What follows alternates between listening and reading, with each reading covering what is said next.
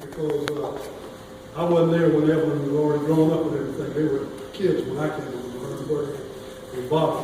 I guess probably Evelyn might have been 15 when I come along. How old was she? 84. 84? 84, huh? She's So 130. Yeah, not 13. Anyway, I wasn't there for a lot of stuff, so most of mine is hearsay.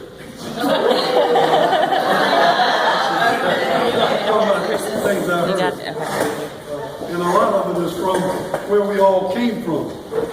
A lot of y'all have all been experiencing the good life. But I can tell you, Bobby and Bertie and Evelyn had it pretty tough in everything. Of course, Marjorie, who was our matriarch, I guess you could say, and she taught us all that money, those other things didn't really matter as long as we had love for each other. And of course, she had a little sayings too that we've all told over and over, like, Annie used to go if you can't make dinner. Favorite saying when she would want to go somewhere. But I'm going to take you back in time a little bit, even before Evelyn, with Bobby and Bertie. What you younger folks probably don't know, we come from a family of bootleggers. They all made liquor. Before Henry Ford came here and built all everybody a house, and sawmill and school, it wasn't, Bobby can tell you, there wasn't nothing to do but a little bit of gardening, fishing, and hunting, and the rest of them made liquor. That liquor was the money crop back then. Some of y'all's kinfolks, Stuart Carter, said that he sold more 25 pounds of bags of sugar out of that store there at Keller than he did at the bargain corner down there. There's a lot of liquor going on with it. And one of the stories on Mama and Aunt Pearl, Mama May was my mama, and Aunt Pearl, Eddie P. y'all called, was Bobby and Bertie and Evelyn.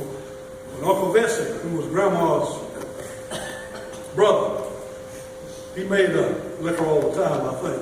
But he had a load of liquor that was going, must be the Brunswick or somewhere. And he put it in the Model T Ford, and I guess he had a false bottom or something there. And Ma Adrian would ride shotgun, and Mama and Aunt Pearl, who were 8 or 9, 10 years old, was sitting on the liquor in the back like they were a family going on a picnic or something. So I accused Aunt Pearl and Mama of being bootleggers all the time. But anyway, getting back to history, basically our family was built on love, as you see here today. Everybody loves everybody, even some of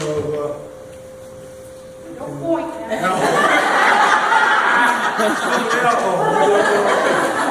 But anyway, to go back in history a little bit, Irvin Carpenter was married to Winifred, and they had Harry. And then Winifred died, and Irvin and Harry married Aunt Pearl. And then boom, boom, boom, they had Evelyn, Bobby, and then Bertie. And they all lived at Keller. And that was hard times back then, I'm sure. Now, Evelyn went to live with Margaret and them, I think, because she was about 10 or 12 years old. As a matter of fact, she taught Troy how to read. I think Troy had been to about the 3rd grade in school. And so when Evelyn would come home from school with her studies, Troy would study along with her, and that's how Troy learned how to read. But the bottom line, as I said, history-wise, Ford came, built the schools and the houses for everybody. And Aunt Pearl got a job she was the head of the cafeteria at school, right? And moved in the house over there on the way going to the old school. And that's where I came along. We lived in Savannah, and Aunt Pearl and Uncle Dick would come to town every Saturday, and they would pick me up. I'd have my little suitcase and all. They would pick me up and bring me out here for the weekend.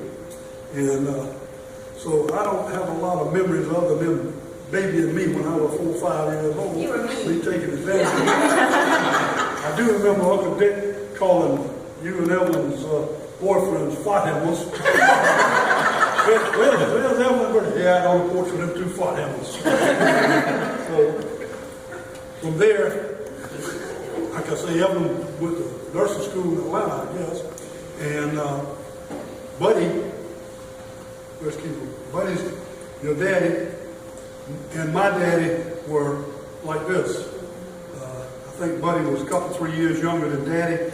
And Daddy taught him how to drink and carried him with him wherever he went. Bottom line, when they were both alcoholics before they were 20 years old. And so Buddy, Daddy told Buddy, Evelyn's up here in nursing school. Why don't you go by and meet her? Take her out or something. She's up here alone. And they got married. That's where y'all came in. And the story, one of the stories I remember up there, y'all might have been too little to remember it, but Daddy and Buddy, being probably about 3 sheets in the wind, which they were most of the time, cooked roasted oysters on Evelyn's stove. That was not a good time. I was up there for some reason with them. They roasted oysters, and I just about burned Evelyn's stove up. Another time, Vince was talking this past weekend at the house, or Tina's house, Tina and John's house. Back before I come along, Margaret and Troy, they all had black folks that worked for them. They most of the time were just washing clothes and stuff. And I don't know what they paid them, whether it just fed them or what. And anyway, Evelyn was a little child. And so Affy was the black lady that worked for Aunt Pearl. No, for Marjorie and Troy. She was over there washing clothes or something, and had her 2 or 3, when they worked for her, they brought the children along. So she had 2 or 3 of her children there, and Evelyn was out there playing, probably Bob and Bertie too, I guess. But in this case, Evelyn was chasing one of them around the house. And Affy was the black gal's name. Went running out to see what was wrong, and Evelyn's, well, probably 6, 7, 10 years old, I don't know.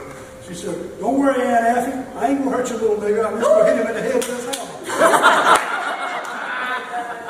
So, that and the story Vince, that's what I tell you, history is the most I know. Vince was talking about it, and I've heard it 1,000 times. Help me out. I forgot what over there was going with that. He told us funny.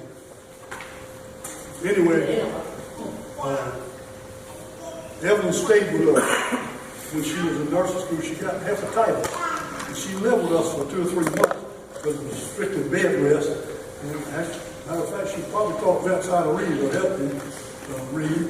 And she told us a story, a joke, I guess it was, about the ward they had up there at one of the hospitals in Atlanta that she worked in. And this nurse was going around taking temperatures in the morning. And she had some oral temperatures and some rectal temperatures.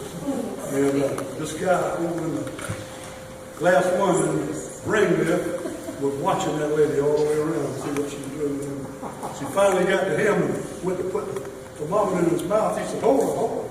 He said, I saw where that thermometer come from. And the nurse was insulted. She said, I'll have you know, this thermometer came out of 80% alcohol. And the guy said, yeah, but just before that, it was in 100% ass. That wasn't you. What else story on this? Oh, that's right. It was about hitting in the head with a hammer. Anyway, I don't have a lot of funny stories, a lot of love with all of us and a lot of hard times. You young folks today don't know what went on back in the day because we didn't have any money. And Aunt Pearl and Uncle Dick didn't have any. By the way, Irvin died and left Aunt Pearl with Harry, Evelyn, Bobby, and Bertie, 4 kids. And down at Kelly. And when Aunt Pearl finally moved up here, I think Bobby said that, or Bertie, that Dick and another man were living with him, just paying them $1 a week so they could stay there. And Bobby and Harry slept with them, him and the other man in the same bedroom. I know I'm opening up some old sores here, but that's but just be thankful for what you are. And as Merle Haggard, not Merle Haggard, but the Coon Possum, George Jones said, who's going to play the opera when I'm gone? Y'all remember some of these things that people are saying today because you'll need to tell your children and grandchildren about it. Because keep the opera going, keep the stories going and the love going. Keep the party going. Keep the party going. That's right, keep the party going. So, that's all I have.